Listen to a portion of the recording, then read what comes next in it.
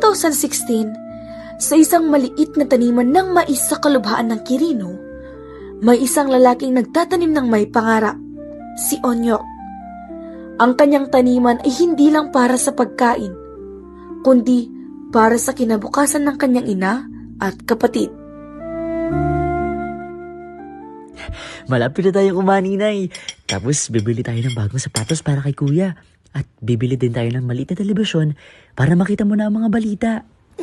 Maraming salamat, anak. Tao po. Onyok, kaibigan. Sino yan? Pagbuksan ko lang na ya. Kakain ka lang po dyan.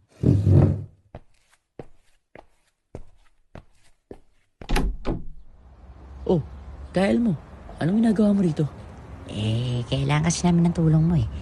Bukas pupunta kami sa Sitio Uban. Hindi naman namin alam ang daanan. Samahan mo kami at bibigyan ka namin ng pera para sa iyong taniman.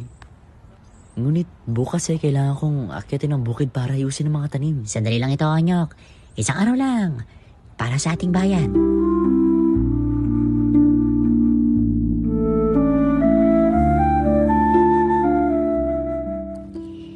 Hindi ka na makakauwi, Onyok. Ha?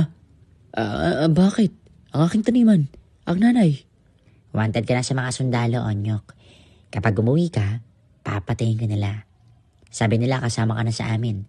Wala ka na magpagpipilian. Ano? Paano ang inay? Ang aking inay, paano na siya?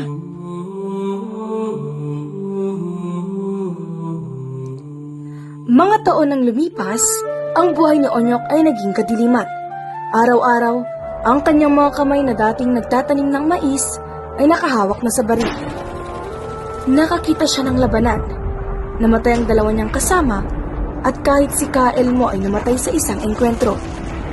Nakasaksi siya ng pagsusunog ng mga traktor at makinarya ng mga negosyante at ang pangingil sa mga tao na walang perang ibigay. Ang kanyang pangarap ay nawala, napalitan ng takot at kalungkutan.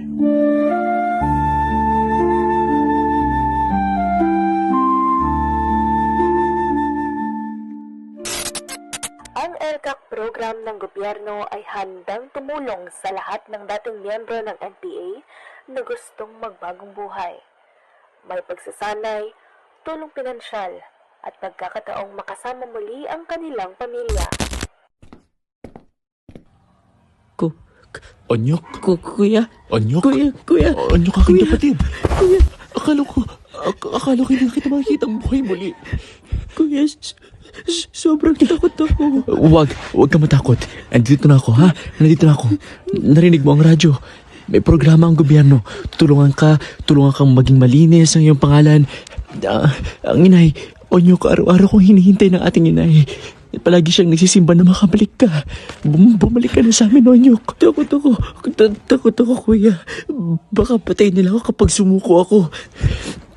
Ang takot na yan ibinigay sa'yo ni Kael. Ang totoo, ang gobyerno ay naghihintay sa'yo. Hindi para pumatay, kundi para tulungan ka. Pumili ka, Onyok. Ang buhay na puno ng takot at karahasan o ang buhay na may pangarap at pamilya. Kasama kami. Gabi-gabi, pinapanaginipan ni Onyok ang sinabi ni Kuya at ang boses ng kanyang inay. Napanaginipan din niya na siya ay napatay sa isang labanan. At sa panaginip na iyon, nakita niya ang mga mata ng kanyang inay na puno ng kalungkutan. Isang araw, nagdesisyon siya. Hindi na niya hahayaan na ang kadiliman ang mananalo. Hoy, itaas mo ang mga kamay mo. Opo, gusto ko nang sumuko. Gusto ko nang magbagong buhay. Mabuti naman. Maligayang pagdating, kaibigan. Tutulungan ka namin. Anak! Aking anak! Akala ko hindi na kita makikitang mali, aking anak. Inay, pasensya na po ako. Inay. Huwag mo nang alalahanin yun. Ang mahalaga ay nandito ka na. Sa aking tabi. Nandito ka na muli, anak. Ilang buwan nang lumipas, binigyan si Onyok ng pagsasanay sa pagtatanim. Mas mahusay at mas maayos kaysa sa dati. Ang kanyang munting taniman ng mais ay lumago pa. Minsan, Nakita niya ang ilang dating kasama na sumuko rin. Tulad niya, nagbabagong buhay na. Ang aking pagkakamali ay hindi ko naging katapusan. Noong ako'y nalilito at takot, ang pag-ibig ng aking pamilya at ang pagtitiwala sa gobyerno ang nagdala sa akin sa liwanag. Ngayon, ang aking taniman ay hindi lang para sa amin. Itong tanim na ito ay simbolo ng aking bagong buhay. Ang kwento ni Onyok ay nagpapaalalang hindi kailanman huli para magbago. Ang liwanag ay palaging nandyan. Nasa iyo lang kung hahanapin mo ito at piliin mong yakapin. Kapag may tapang kang harapin ang nakaraan, may pag-asa kang bumuo ng mas magandang kinabukasan. Makita kang sakdal,